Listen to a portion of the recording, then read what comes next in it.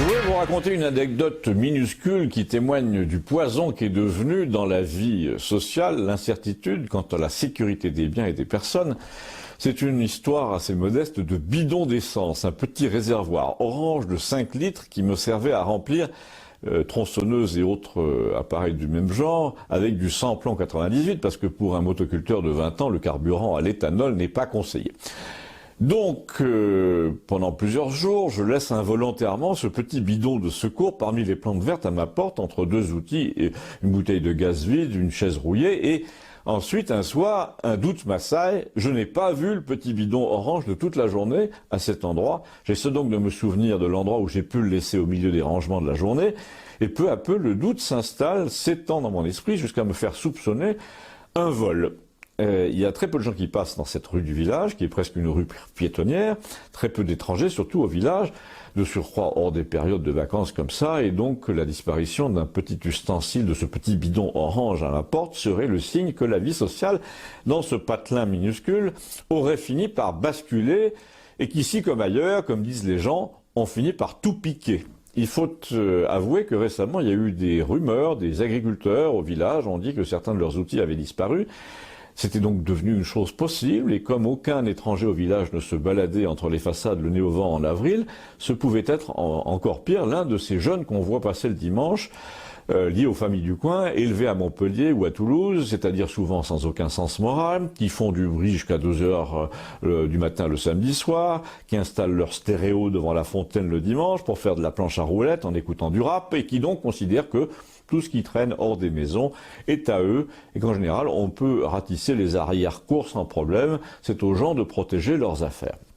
Alors, je ne vais pas faire durer longtemps le plaisir et feindre de croire à l'hypothèse du vol pendant 3 semaines. Heureusement, j'avais tort. Il se trouve que le lendemain, comme je continuais à ranger la maison, le fameux bidon orange a refait surface, et j'en ai été soulagé, non pas à cause de sa valeur, qui doit être 5 €, mais à cause de ce que ce vol resté éventuel, signifiait pour la vie sociale. Je commençais à me dire sérieusement, ça y est, nous sommes entrés dans la famille des villages où il faut tout fermer, où quand vous mettez 2 carpes dans une fontaine, elles disparaissent le lendemain, ou quand vous ne pouvez pas laisser votre voiture ouverte, etc. Même après l'avoir retrouvée, j'ai été obligé de m'imaginer, ou plutôt de me souvenir de ce qu'était une vie villageoise où on ne faisait plus confiance à personne.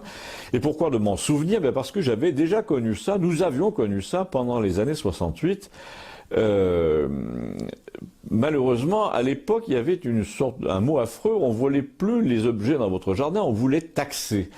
C'était à peu près l'époque de mon installation dans un hameau perdu du village, dans les années 80. Il y avait autour de moi, 70 même, il y avait autour de moi des fraternités d'anarchistes parisiens, enfin plus ou moins banlieusards, en rupture de lycée, qui vivaient sans un sou, et donc on taxait les gens. C'est-à-dire que tous les gens, mais principalement les gens qui étaient censés être des bourgeois, des gens comme moi, donc qui à l'époque avaient un bon métier, et de qui on disait ça lui fera les pieds. Il a soufflé en France, sous Giscard d'Estaing, au début des années Mitterrand, un vent de collectivisme haineux, vengeur, qui voulait dire on n'a qu'à se servir, les gens qui possèdent quelque chose sont sûrement des voleurs. Alors désormais c'est plutôt l'appât du gain immédiat, on vole pour revendre dans un vide-grenier par exemple, ou des Roumains dérobent les tuyaux de cuivre d'une maison. À Campagnol jusqu'ici c'était pas trop le cas, sauf que malheureusement si, ça devient le cas parce que les gens qui veulent mettre en location un 2 pièces avec une garantie de loyer devant le nombre d'impayés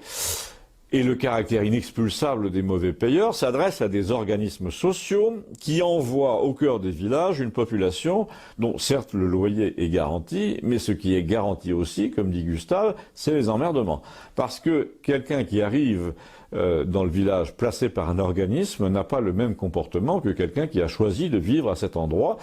qui est pourtant simple à comprendre, mais pas pour la DAS.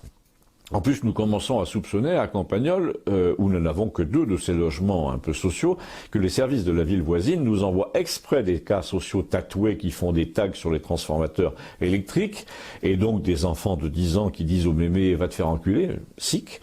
parce que comme villageois, nous sommes réputés conservateurs, ce qui n'est pas bien du tout, et ce qui est d'ailleurs assez vrai. Mais c'est un mauvais calcul de la part de ces services sociaux de la ville voisine, parce que jusqu'ici, après 3 incivilités, les gens ont été menacés directement de représailles violentes par la population, par la population la plus jeune, qui appellent ça leur mettre une bouffe. Ces gens, de passage, donc, ont toujours demandé à partir au bout de 6 mois, par crainte des bouffes. Il reste que chaque nouvel occupant est pire que le précédent et qu'on ne sait pas comment ça va finir, mais probablement assez violemment là encore. Abonnez-vous, merci.